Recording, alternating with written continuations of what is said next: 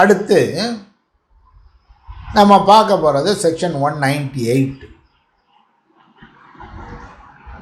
Using as true a certificate known to be false. அப்போ இப்போ கொடுத்தவரை சொல்லியாச்சு, இனி வாங்கினவருக்கு வந்துட்டாங்க. Section 198. A person corruptively uses or attempts to use any certificate as mentioned in section 197 as true certificate. He knows the certificate to be false in any material point. உதாரணத்துக்கு ஒரு cost இருக்குது. அந்த cost எஸ்சிலேயே எஸ்டிலேயே வராது.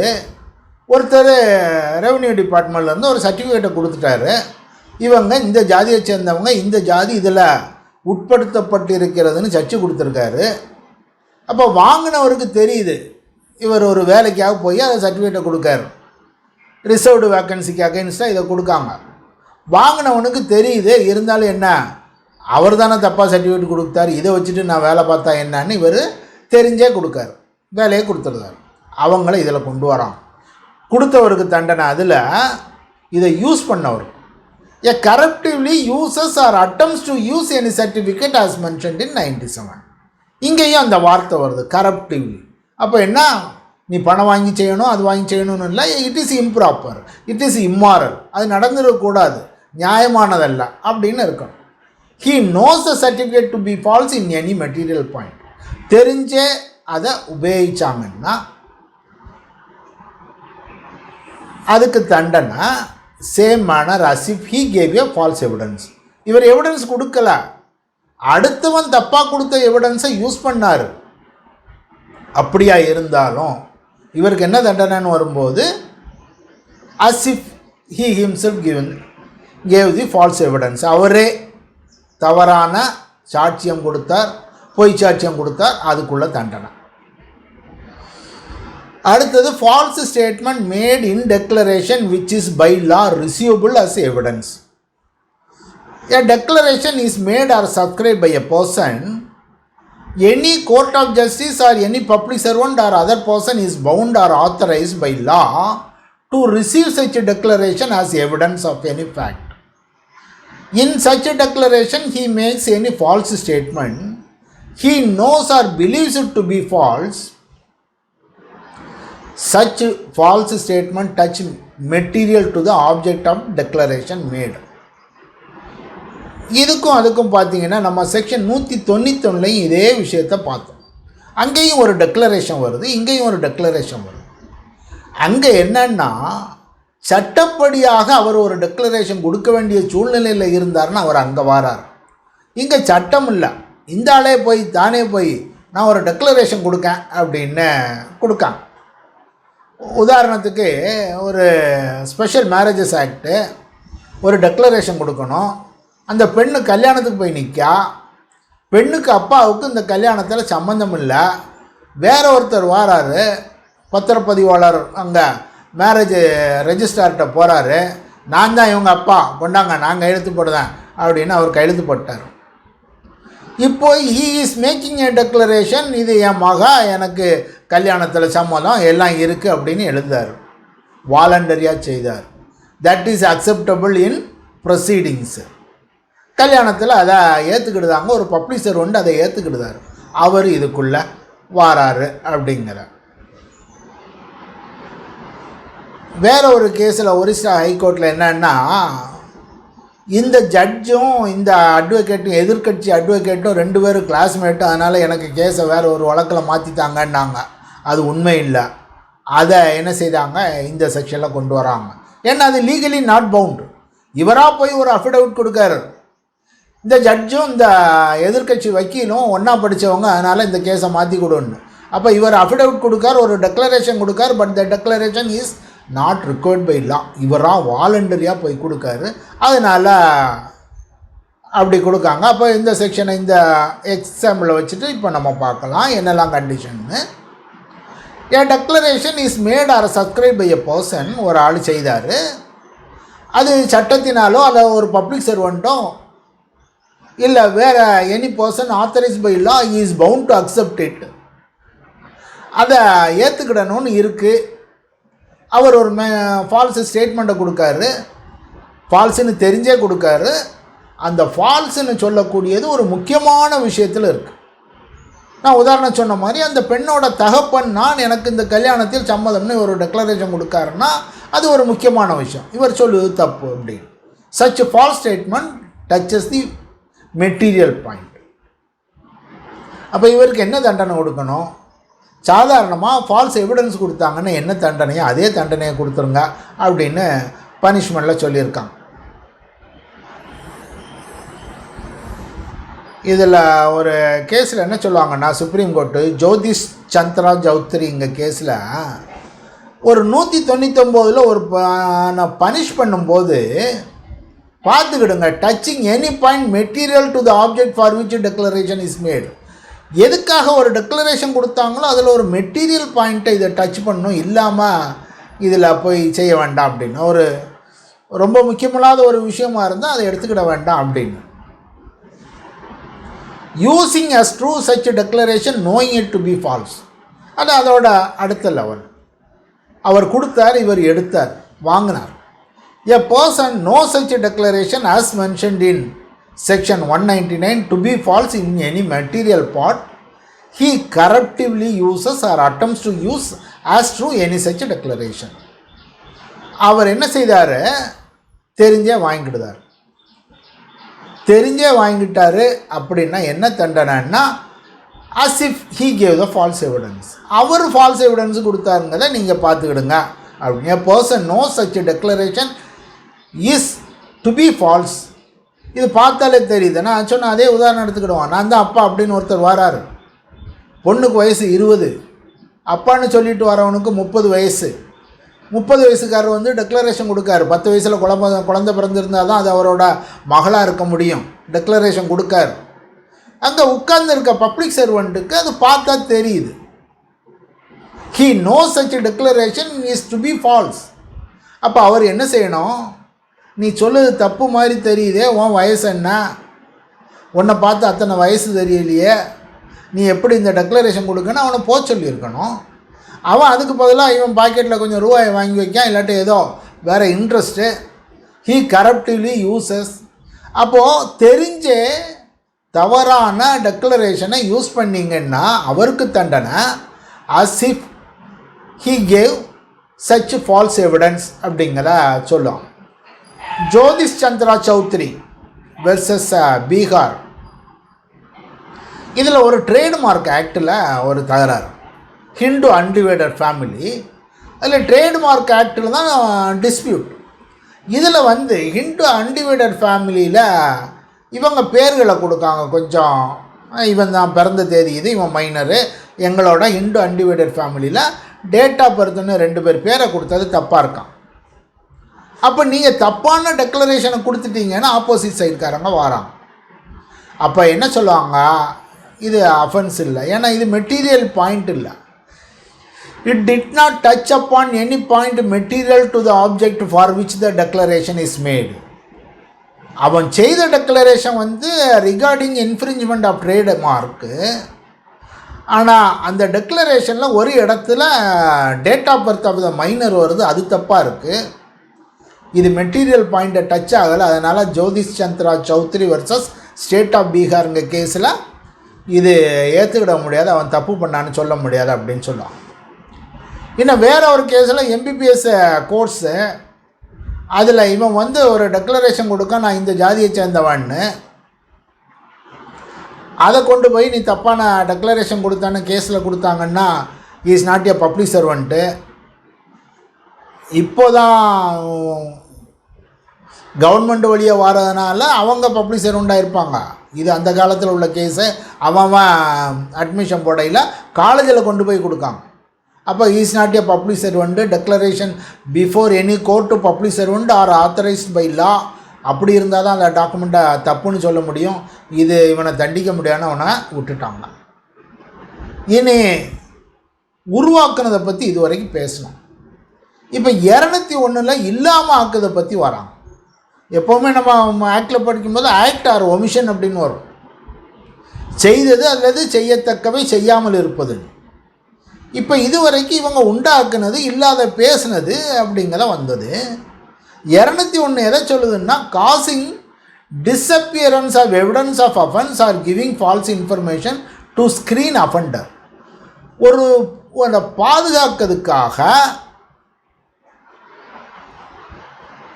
ஒரு எவிடன்ஸை இல்லாமாக்கிறது அங்கே உருவாக்கினாங்க. ஃபேப்ரிகேட்டிங் falls evidence இங்கே இருக்க எவிடன்ஸை இல்லாமாக்குது. Section 201 punishes a person who knowingly offense is committed, destroys the evidence.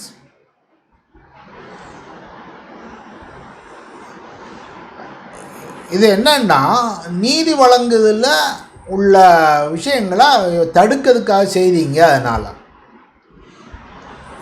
அஃபென்ஸை பற்றி சொல்லணும்னா a person knows or has a reason to believe that an offense has been committed. ஒரு குற்றம் செய்யப்பட்டது அப்படின்னு அவனுக்கு தெரியுது, அல்லது அதை அவன் நம்புவதற்கு காரணங்கள் இருக்கின்றன.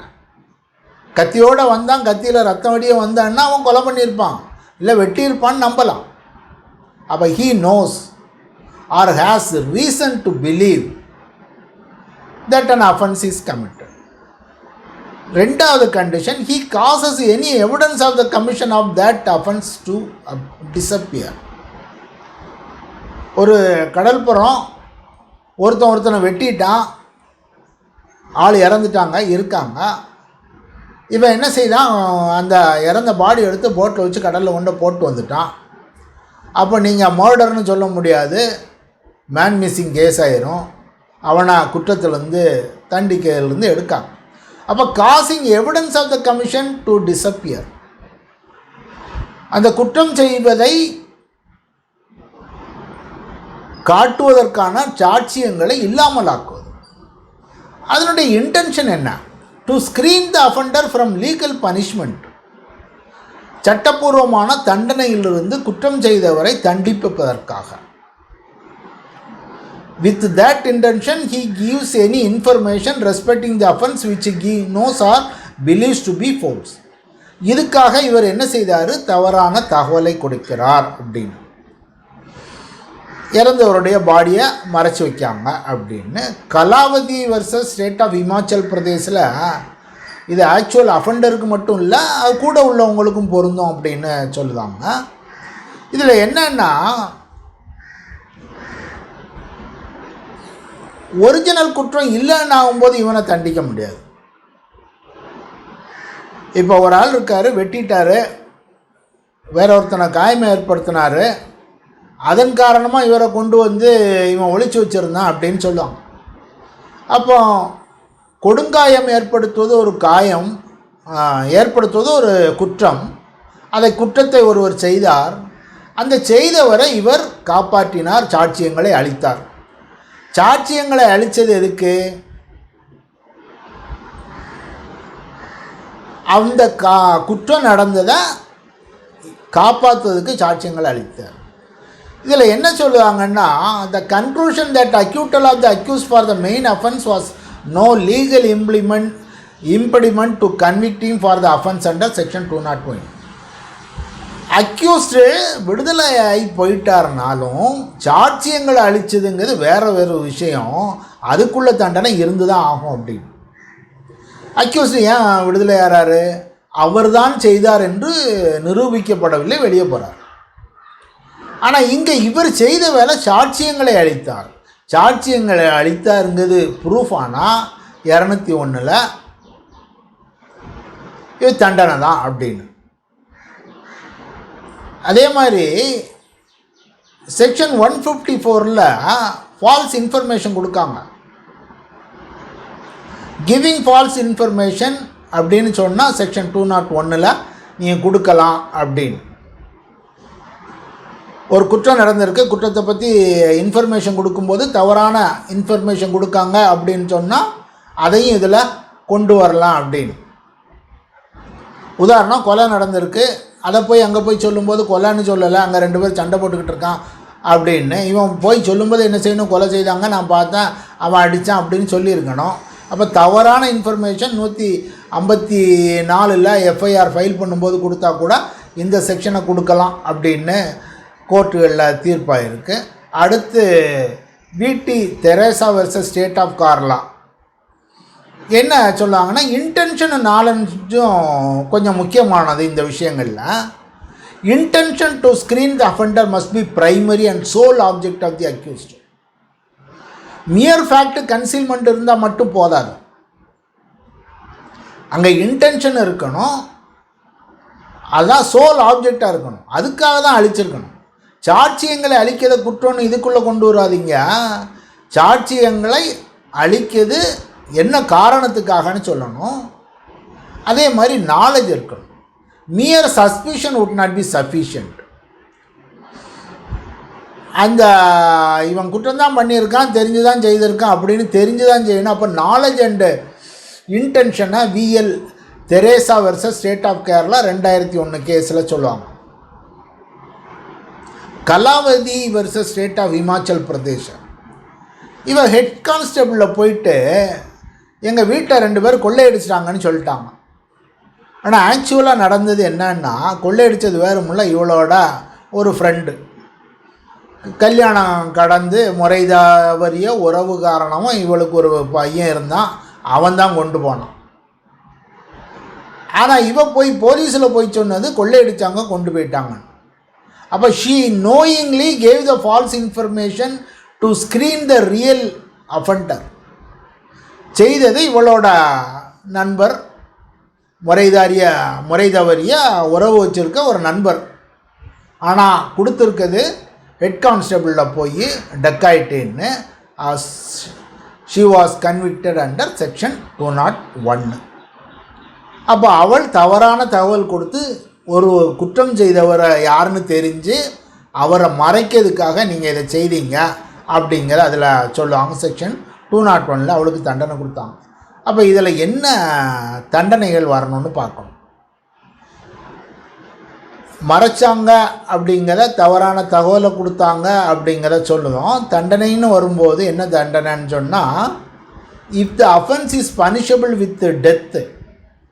இவங்க எந்த விஷயத்துக்காக இப்போ சாட்சியங்களை மறைச்சாங்களோ, தவறான தகவல் கொடுத்தாங்களோ, அதை 7 years டெத் பெனால்ட்டி உள்ள ஒரு விஷயமாக இருந்தால்.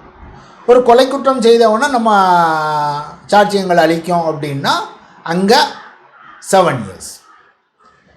அல்லது லைஃப் இம்ப்ரெசன்மெண்ட் அல்லது imprisonment which may extend to 10 yearsன்னு கொடுத்துருந்தாங்கன்னா, ஆயுள் தண்டனை உள்ள கேஸ்களில் 3 வருஷம், மற்றுள்ள கேஸில் லாங்கஸ்ட் டைம், அந்த குற்றத்திற்கு அதிகப்படி என்ன தண்டனையோ அதில் 1/4 கொடுங்க அப்படின்னு சொல்லலாம். இனி intentional omission to give information of offence by person bound by to inform 202. சிலர் சட்டத்தில் சொல்லியிருக்காங்க, நீ இதை செய்யணும், ஒரு தப்பு நடந்தால் அதை போய் சொல்லணும். இதை சொல்லியிருக்குது சிஆர்பிசியில் section 39 public to give information to certain offences அப்படின்னு ஒரு பெரிய லிஸ்ட்டே கொடுக்காங்க. இதெல்லாம் நடந்தால் பொதுமக்கள் போய் சொல்லணும் அப்படின்னு இந்தியன் பீனல் கோடில் கொஞ்சம் செக்ஷன் கொடுக்காங்க. Section 40 every officer employed in connection with affairs of the village and every person residing in a village, ஒரு கிராமத்தில் வசிக்கவங்க இதெல்லாம் செய்யணும் அப்படின்னு. ஒருத்தன் வழக்கமான திருடே வழக்கமாக தொழிலாக வச்சுருக்கோம், வீடு வச்சுருக்கானா, இல்லை ஒரு அப்ஸ்காண்டட் பர்சன் அவன் வீட்டு பக்கத்தில் இருக்கானா, இல்லை அது வழியே போகிறானா, இப்படியெல்லாம் இருந்தால் அந்த கிராமத்தில் இருக்கவங்க சொல்ல வேண்டிய கட்டாயம், அந்த கிராமத்து வில்லேஜ் ஆஃபீஸரை சொல்ல வேண்டிய கட்டாயம். அதே மாதிரி செக்ஷன் 39 இந்த மாதிரி தவறுகள்லாம் நடந்தால், ஒரு பொது அமைதிக்கு பங்கம் விளைவிக்கக்கூடிய செயல்கள் நடக்கப் போகிறது என்று தெரிஞ்சால் அவங்க சொல்லணும் அப்படிங்கிற கிரிமினல் ப்ரொசீஜர் கோடு 39-40 சொல்லியிருக்காங்க. அப்படி உள்ளவங்க அதை செய்யாட்ட என்னங்கிறதுக்கு இங்கே பனிஷ்மெண்ட்டாக வருது.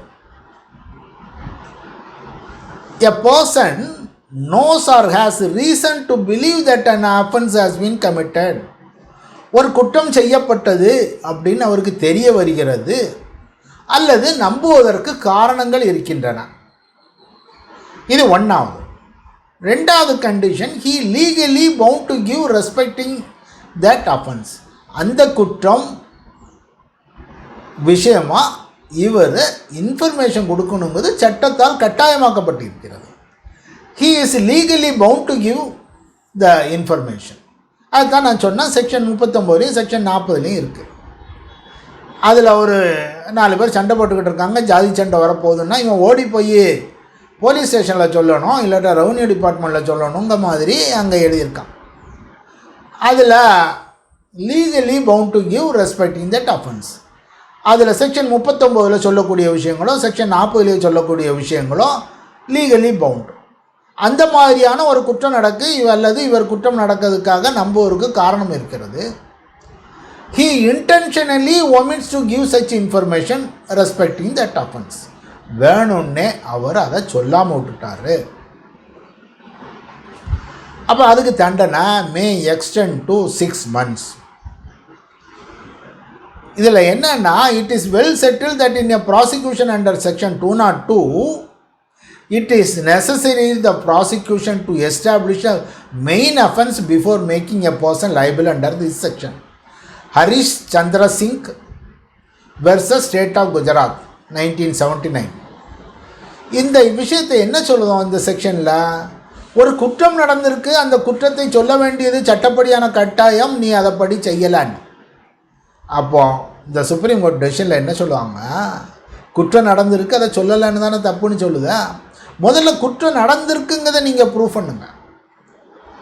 ஒரு அப்ஸ்காண்டட் பர்சன் அந்த ஊரில் இருந்திருக்கான், அதை இவன் சொல்லலை அப்படின்னு நீங்கள் சொல்லும்போது அந்த அப்ஸ்காண்டட் பர்சன் அந்த ஊரில் தான் இருந்தான் அப்படிங்கிறத ப்ரூவ் பண்ணி, ரெண்டாவதாக தான் என்ன ப்ரூவ் பண்ண முடியும்? அந்த அப்ஸ்காண்டட் பர்சன் இருந்ததை இவன் சொல்லலைன்னு சொல்ல முடியும். ஒரு மர்டரோ சந்தேக மரணமோ நடந்தால் வில்லேஜ் ஆஃபீஸர் சொல்லணும்னு இருக்குது.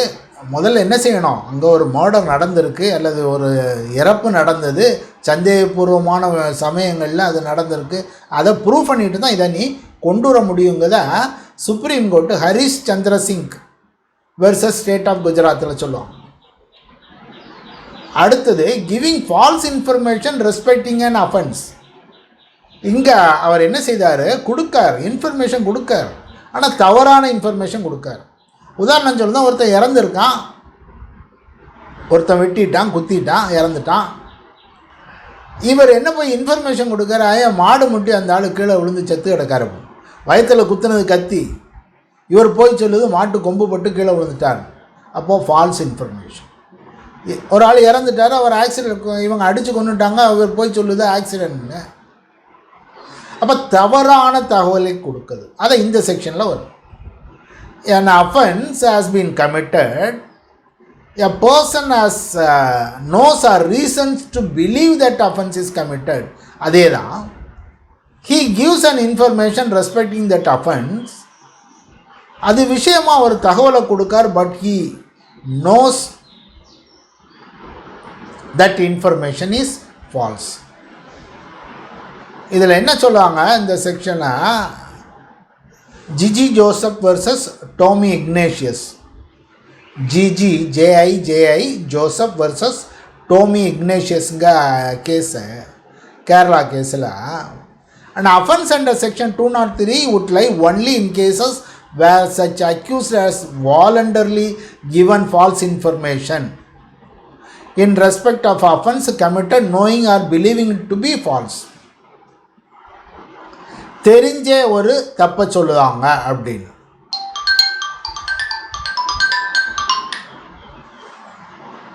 தெரிஞ்சே ஒரு தப்பை செய்தாங்கன்னா இந்த செக்ஷனில் வருது அப்படின்னா. இப்போ போலீஸ் இன்வெஸ்டிகேஷனில் ஒரு தவறான தகவலை கொடுக்காங்க. போலீஸுக்கு விசாரணையில் இவர் தவறான தகவலை கொடுக்கார். செக்ஷன் 161 போலீஸு ஸ்டேட்மெண்ட்டை வாங்குறாங்க, பார்த்தவன் இருந்தவன் எல்லாவன்ட்டையும் வாங்குறாங்க. அதில் தவறான தகவல் கொடுத்தா it would be an offense under section 182, false information with intent to cause public servant to use his lawful power to the injury of another person. வேற ஒருவருக்கு காயம் ஏற்படுத்துவது போல, கஷ்டம் ஏற்படுத்தும் போல, தொல்லை ஏற்படுத்துவது போல ஒரு பப்ளிக் சர்வெண்ட்டுக்கு ஒரு தவறான தகவலை கொடுப்பதுங்கிறத செக்ஷன் 182 இருக்குது. அதில் தான் நீங்கள் சேர்க்கணும். செக்ஷன் 161 படி போலீஸ் எடுக்கக்கூடிய ஸ்டேட்மெண்ட்டில் நீங்கள் தவறான தகவலை கொடுத்தீங்கன்னா அது 182ல் 203 வராது. 203 எது வரும்னா வாலண்டராக இவன் போய் ஒரு இன்ஃபர்மேஷன் கொடுத்து ஒரு தவறான இன்ஃபர்மேஷன் கொடுத்தாங்கன்னா செய்யலாம். இப்போ உதாரணத்துக்கு இவர் 2 பேரும் சண்டை போட்டுக்கிட்டு இருக்காங்க, இவன் போய் இவரும் சண்டை போட்டாருங்கிறதுக்கு 3வது ஒரு நபரை சொன்னாங்கன்னா அது வாலண்டரியாக ஒரு தவறான இன்ஃபர்மேஷன் கொடுக்குறது. இந்த இன்ஃபர்மேஷனுக்கு இப்படி தவறான தகவலை கொடுக்கறதுக்கு 2 வருஷம் அல்லது ஃபைன் அப்படின்னு தண்டனை. இதில் என்னன்னா committed place out of India இருந்தால் கூட இந்தியாவில் செய்தால் குற்றம் என்று கூறப்படும் விஷயங்கள் இந்தியாவுக்கு வெளியே செய்தால் அதுவும் இதுக்குள்ளே வருது. 204 destruction of document to prevent its production as evidence. அங்கே பார்த்தோம் எவிடன்ஸை அழிச்சிட்டாங்க அப்படின்னு. இங்கே இந்த செக்ஷனில் வருது document. A person may be lawfully compelled to produce a document. அவர் ஒரு டாக்குமெண்ட்டை ப்ரொடியூஸ் பண்ணணும் அப்படிங்கிறதுக்காக இருக்காங்க, இவர் அந்த டாக்குமெண்ட்டை இல்லாமல் ஆக்கிடுறார். அதை தான் இந்த இதில் அஃபென்ஸாக கொடுக்கும். A person may be lawfully compelled to produce a document or electronic record as evidence or in any proceedings lawfully held before a public servant. ஒரு எவிடன்ஸ் கொடுக்கக்கூடியதாக இருக்கக்கூடிய டாக்குமெண்ட்டு சட்டப்பூர்வமாக அவர் அதை கொண்டு வர உத்தரவிடலாம் அப்படிங்கிற பொசிஷனில் இருக்க ஒருத்தர். அந்த ஒருத்தர் அதை ஒழிச்சு வைக்கார் அல்லது அழிச்சுவிடார் அல்லது அதை மாற்றுதார், அதில் உள்ள எழுத்துக்கள் தெரியாமல் ஆக்குதார். இப்படியான விஷயம் ஒன்று இல்லாமல் ஆக்குறது, ஒழிச்சு வைக்கிறது அல்லது அழிச்சிருந்தது, இல்லாமல் டெஸ்ட்ராய், அல்லது அதில் திருத்தம் செய்தது அல்லது உள்ள விஷயம் வாசிக்க முடியாத அளவில் காட்டு. ஒரு டாக்குமெண்ட் மேலே தண்ணியை ஊற்றிட்டார் அல்லது காஃபியை கீழே கவுத்துட்டார். இவர் செய்தது வேணும்னே செய்தார். இப்படி காஃபி பக்கத்தில் வச்சுட்டு இந்த டாக்குமெண்ட்டை பக்கத்தில் வச்சேன், இதில் உள்ள எழுத்துக்கள்லாம் அழிஞ்சு போச்சு அப்படின்னா அந்த எவிடன்ஸை இல்லாமாக்குறார். அல்லது எவிடன்ஸை இல்லாமாக்கிறது, அழிச்சு எடுத்துறது, குப்பையில் போட்டுறது, இல்லாமல் ஆக்குறது அல்லது உபயோகம் இல்லாமல் ஆக்குது. He does so with the intention of preventing the same from being produced or used as evidence. இது எதுக்காக செய்தார், எதுக்காக இல்லாமாக்குதார் அல்லது உபயோகம் இல்லாமாக்குதாருன்னா preventing the same from being produced or used as evidence. ஒரு எவிடன்ஸாக அதை உபயோகிக்கக்கூடாத அளவில் அந்த இன்டென்ஷனோடு அது செய்தார். அப்போ இவர் செய்தது எவிடன்ஸை உபயோகிக்கக்கூடாது அப்படிங்க. அல்லது he does so after he has been lawfully summoned or required to produce. கோர்ட்டில் இருந்து வந்த பிறகு இதை செய்தார். அப்போ வந்ததுக்கு முன்னாலேயும் செய்யலாம் கேஷுவலாக, அல்லது ஆர்டர் வந்த பிறகு செய்யலாம். கோர்ட்டில் இருந்து இந்த டாக்குமெண்ட்டை கொண்டு வான்னு சொன்னால் அந்த டாக்குமெண்ட்டில் நான் சொன்ன மாதிரி ஐயா நான் முன்னால் எடுத்து வச்சு பார்த்துக்கிட்டு இருந்தேன், காஃபி கப்பை கவுந்துட்டு, இல்லை அதில் தேடி பார்த்தேன் கிடைக்கல அப்படின்னு சொல்லலாம். ஒரு டாக்குமெண்ட்டை வேணும்னு இன்டென்ஷனலாக இல்லாமல் ஆக்கக்கூடிய விஷயங்கள் இதில் வருது. அது preventing the same from being used as evidence அல்லது ஆஃப்டர் சம்மன் கிடைச்ச பிறகு இதை செய்யலாம். இது 2 வருஷம் தண்டனை. Next false personation for the purpose or proceeding in a suit or prosecution. ஆள் மாறாட்டம், நான் தான் அவன் அப்படின்னு இவன் போய் சொல்லுது. நான் ஏற்கனவே உதாரணம் சொன்னால், பெண்ணு கல்யாணத்துக்கு போனால் வேற ஒருத்தன் நான் தான் அவங்க அப்பான்னு போனான், அந்த மாதிரி விஷயங்கள் இதில் வரும். அவர் டெக்ளரேஷன் கொடுத்து அதில் அவர் நேராக போய் நான் தான் அவர், இல்லை சாட்சி சொல்ல போகையில் நான் தான் அவர்னு வேற ஒருத்தன் போய் சாட்சி கூண்டில் ஏறிட்டான். எ பர்சன் ஃபால்ஸ்லி பர்சனேட் அனதர், வேற ஒருத்தராக அவர் மாறுகிறார், ஆள் மாறாட்டம் செய்தார். செய்துட்டு என்னெல்லாம் செய்யலாங்கிறத அங்கே ஒரு 5 லிஸ்ட்டு போட்டிருக்காங்க. ஆள் மாறாட்டம் செய்துட்டு நான் அந்த குற்றத்தை நான் தான் செய்தான்னு இருக்கேன். ஒரு பெரிய நடிகர் கார் ஓட்டிகிட்டு போவார்,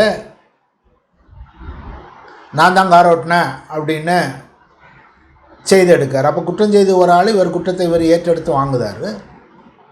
கன்ஃபஸஸ் ஜட்ஜ்மெண்ட், நான் போய் ஒப்புதல் வாக்குமூலம் கொடுக்காரு. இது காரணம் ஏதாவது ப்ராசஸ் டு பி இஷ்யூடு, அல்லது தப்பான பேரை சொல்லி நான் தான் அவர்னு சொல்லிவிட்டு வேறு ஊரில் ஒரு பெரிய முதலாளி இருப்பார், அவர் பேரை சொல்லி இவன் போய் வேற ஒருத்தன் பெயிலுக்கு கையெழுத்து போடலாம். பெயிலுக்கு ஊரில் முக்கியமான ஆள் அவர், அதனால் அவர் பெயில் போட்டால் கொடுத்துடலான்னு நினச்சி பார்க்கும்போது அவர் வரவும் இல்லை, கையெழுத்து போடவும் இல்லை, இவன் போட்டிருக்கான். Does any other act in suit or criminal proceeding? இந்த மாதிரி சூட் ஆர் கிரிமினல் ப்ரொசீடிங்கில் என்ன மாதிரி தப்பு பண்ணாலும் இம்போசனைசேஷன் செய்தீங்கன்னால் 3 வருஷம் தண்டனை. அடுத்தது fraudulent removal or concealment of property. ப்ராப்பர்ட்டியை ஒழித்து மறைச்சி வைக்கிறது. இது எதுக்காகன்னு சொன்னால் பறிமுதல் செய்யப்படுவதிலிருந்து தடுக்கிறதுக்காக, அல்லது கோர்ட்டு எக்ஸிக்யூஷன் வந்தது அது வழியாக எடுத்துருவாங்க அப்படிங்கிறதுக்காக. இதில் ஒரு 3 செக்ஷன் வரிசையாக வருது. 206 வந்து fraudulent removal or concealment of ப்ராப்பர்ட்டின்னு வருது. 207 வந்து fraudulent claim to the property.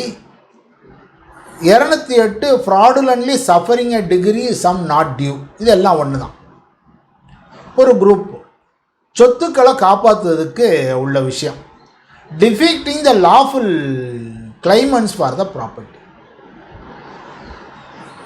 இதை செக்ஷனுக்கு போக முன்னால் ஒரு உதாரணம் சொல்லிடுறேன். ஒருத்தன் இருக்கான் ஜட்ஜ்மெண்ட் டெட்டர், கேஸ் நடந்துக்கிட்டு இருக்கு. ஜட்ஜ்மெண்ட்டு கிரெடிட்டர் எல்லா சாட்சியங்களையும் கொடுத்துட்டாரு, எல்லா விஷயம் கொடுத்துட்டாரு, அவருக்கு சாதகமாக தான் தீர்ப்பு வரும். இது ப்ராப்பர்ட்டி செக்யூரிட்டி இல்லை, தீர்ப்பு வரும். அப்படி ஒரு தீர்ப்பு வந்தால் அடுத்தது இவர் ப்ராப்பர்ட்டியை அட்டாச் பண்ண கோர்ட்டில் ஆர்டர் வாங்குவார். அப்போ என்ன செய்யணும், இவன் எல்லா சொத்தையும் விற்ற மாதிரி டாக்குமெண்ட்டை எழுதி வாங்கிட்டான். அப்போ இவன் ப்ராப்பர்ட்டி எல்லாம் இல்லாத மாதிரி ஆக்கிட்டான். இது ஒரு கேஸ். அப்படி இவன் சொத்தை காப்பாற்றலாம். இல்லை இன்னாருக்கு நான் விலைக்கு கொடுத்தேன்னு சொல்லி விலை ஒன்றும் வாங்கலை, சும்மா அவன் பேருக்கு எழுதி கொடுத்துட்டான். அல்லது தான செட்டில்மெண்ட்டு இப்படி கொடுத்தான் அப்படி கொடுத்தனா எப்படியோ கொடுத்துட்டான். அப்போ இது ஃப்ராடுலண்ட்டாக ப்ராப்பர்ட்டியை கன்சீல்மெண்ட் ஆஃப் ப்ராப்பர்ட்டி, ரிமூவல், அவன் பேரில் இருந்து மாற்றுதான். அதே உதாரணம் ஃப்ராடுலண்ட் கிளைம். என்றைக்கோ ஒரு கோர்ட்டில் டிகிரி ஆகியிருந்திருக்கும். அந்த டிகிரியை காட்டிட்டு இந்த டிகிரி எக்ஸிக்யூஷன், இந்த ப்ராப்பர்ட்டி எனக்கு வாங்கித்தாங்க அப்படின்னு வாங்கிட்டு போயிருந்தான். டிகிரிக்கு இவன் பணம் கொடுத்துட்டான், கேஸு ஓவர் ஆயிட்டு. ஆனால் முடிஞ்சு போன விஷயத்துக்கு இல்லாத கடனுக்கு இந்த ப்ராப்பர்ட்டியை கிளைம் பண்ணதுக்கு ஒருத்தனை சொல்லி கிளைம் பண்ணி அவன் கையில் கொடுத்துட்டான். அப்போ என்ன ஆகுது, ஜட்ஜ்மெண்ட்டு கிரெடிட்டர் அங்கே கோர்ட்டு கேஸ் நடந்துக்குள்ளே இவன் முடித்து இந்த ப்ராப்பர்ட்டியை வேற ஒருத்தர் கையில் கொடுத்துருந்தாங்க. அல்லது இல்லாததுக்கு நீ எனக்கு என் மேலே கேஸ் போடு நான் வாங்கிக்கிடுதாங்க மாதிரி சொல்லுது. இதை டீட்டெயிலாக பார்ப்போம். அப்போது 3ஓட மெயின் இன்டென்ஷன் ப்ராப்பர்ட்டியை வேற ஒருத்தர் சட்டப்பூர்வமாக எடுக்கிறதுக்கு முன்னால் எடுத்து மறைச்சி ஒழிச்சு வைக்கிறது. இது என்ன அஃபென்ஸு பார்ப்போம்.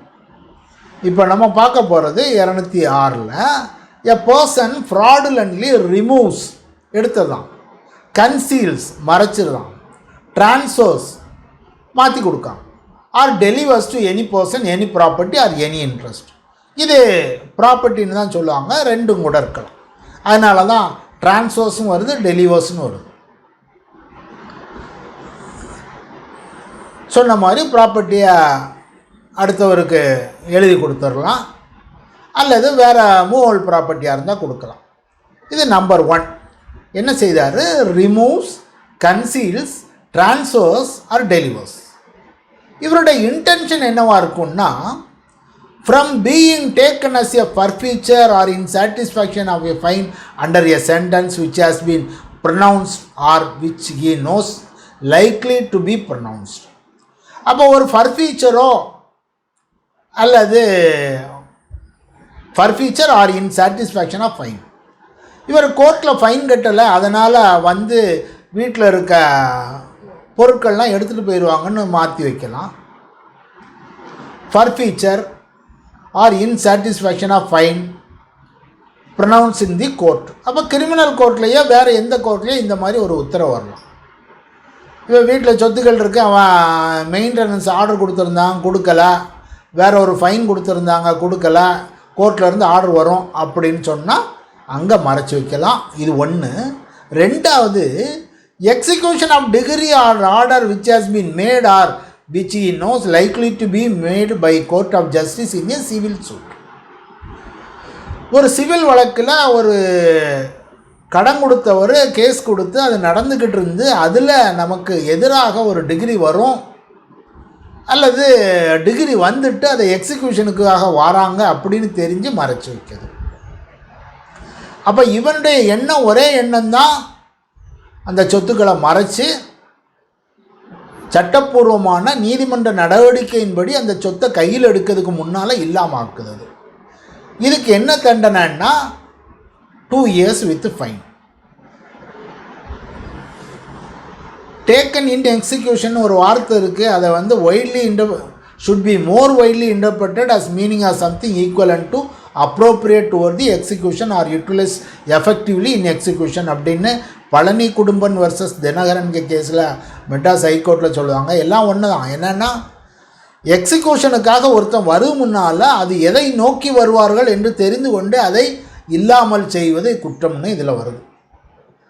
207 ஃப்ராடுலண்ட் கிளைம். அதே மாதிரி அந்த ப்ராப்பர்ட்டியை மற்றவங்க வருதுக்கு முன்னால் ஓனரே ஒழிச்சு வைக்கிது 206.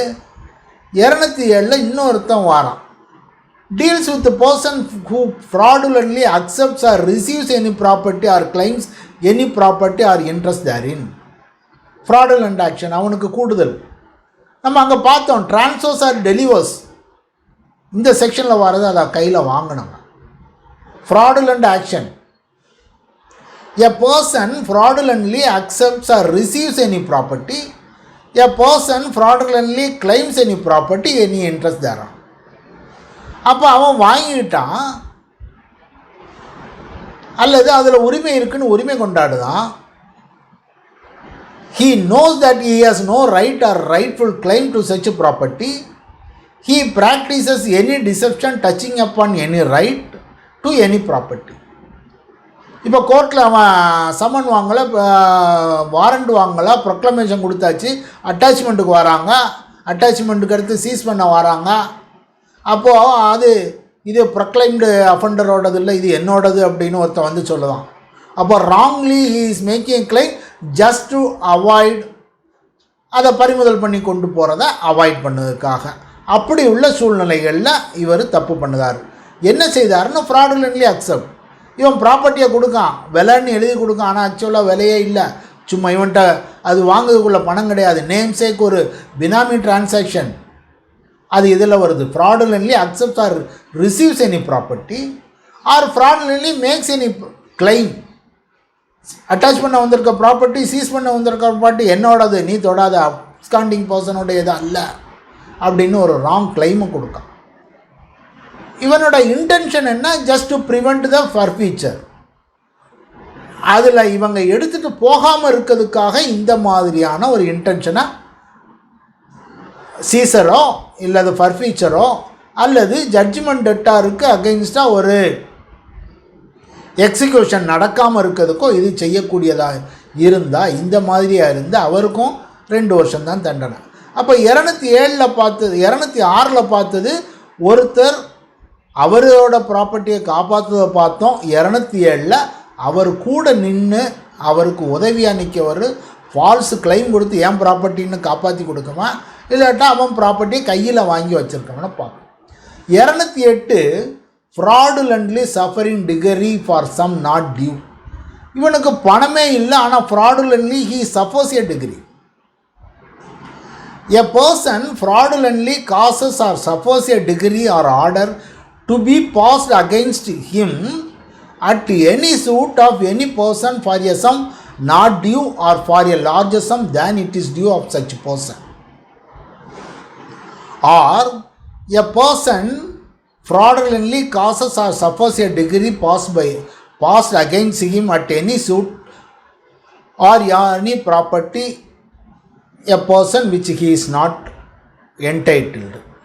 இதில் என்னன்னா, ஒரு கேஸு இவன் பணம் கொடுக்கவே வேண்டியதே இல்லை, ஆனால் பணம் கொடுத்தேன், ஆமாம் நான் கொடுக்க அப்படின்னு சொல்லிட்டு இவனாக போய் ஒரு டிகிரியை வாங்கிக்கிடுது. பர்பஸ்ஸு அடுத்தவன் ஜெயிக்கக்கூடாது. உதாரணம் சொல்லுதான், ஒருத்தன் ஒரு 5 லட்ச ரூபா கொடுத்துருக்கேன் அப்படின்னு கடன் கொடுத்து கோர்ட்டில் கேஸ் நடந்திருக்கு, 4 வருஷமாக நடக்கு, முடிய போகுது, இன்னும் 1 வருஷத்தில் முடியும்னு நினைக்காங்க. அந்த நேரத்தில் இவன் போய் வேற ஒருத்தனை செட்டப் பண்ணி, ஐயா எனக்கு 6 லட்ச ரூபா இவன் தர வேண்டியிருக்கு அப்படின்னு நீ கேஸை போடுதான். இவன் கோர்ட்டில் போய் என்ன சொல்லுதான், ஆமாம் நான் 6 லட்சம் கொடுக்கணும் அப்படின்னு. அப்போ இந்த ப்ராப்பர்ட்டி அட்டாச் பண்ணி தாங்கன்னா கோர்ட் அட்டாச் பண்ணி இவர் வாங்கிட்டு போயிட்டார். அப்போ 4 வருஷமாக நடத்திட்டு இன்னும் கேஸு முடியாமல் ஒருத்தர் இருக்கையில் வேற ஒரு ஆளை கூட்டிகிட்டு போய் கோர்ட்டில் போய் நான் இவனுக்கு பணம் கொடுக்கணுன்னு a sum which is not due, suffers a degree for a sum not due or for a sum larger than due. அவன் கொடுக்க வேண்டியது 1000 ரூபா தான்.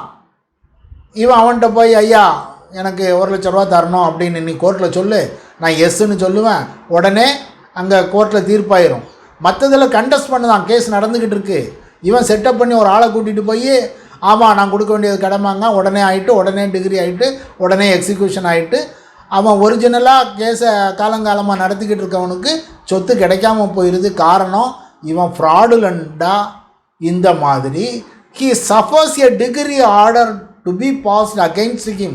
தனக்கு எதிராக ஒரு டிகிரி பாஸ் பண்ண இவனே சம்மதிக்கான்.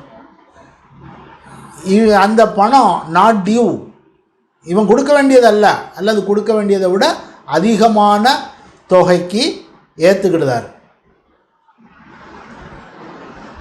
அல்லது இதே மாதிரி அகென்ஸ்ட் எ ப்ராப்பர்ட்டி, அந்த ப்ராப்பர்ட்டி மேலே அவனுக்கு உரிமையே இல்லை, ஆனால் இவன் ஒரு கேஸில் கொடுத்து வாங்கிக்கிட்டு தான். ஒரு உதாரணம் சொல்லுவேன், அவன் அங்கே ஒரு கேஸ் நடந்துக்கிட்டு இருக்கு, 4 வருஷமாக நடக்கு, இன்னும் முடியலை.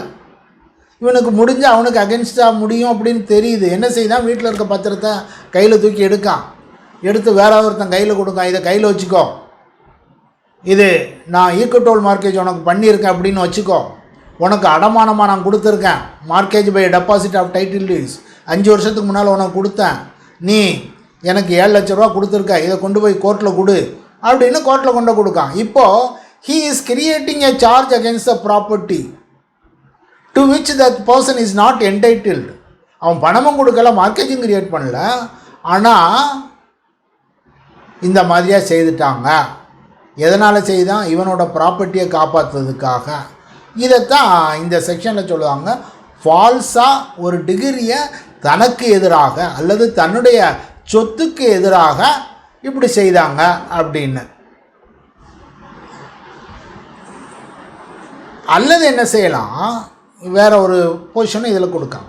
ஒரு பொசிஷன் இல்லாத பணத்துக்கு ஒரு கேஸை கொடுத்து தனக்கு எதிராக டிகிரி வாங்குதான், அல்லது கிரியேஷன் ஆகாத செக்யூரிட்டிக்கு அகென்ஸ்டாக வராத ஒரு ப்ராப்பர்ட்டிக்கு அகென்ஸ்ட் ஒரு ப்ராப்பர்ட்டியை கொடுத்து அதை சார்ஜ் பண்ணி வாங்கிக்கிடுதான்.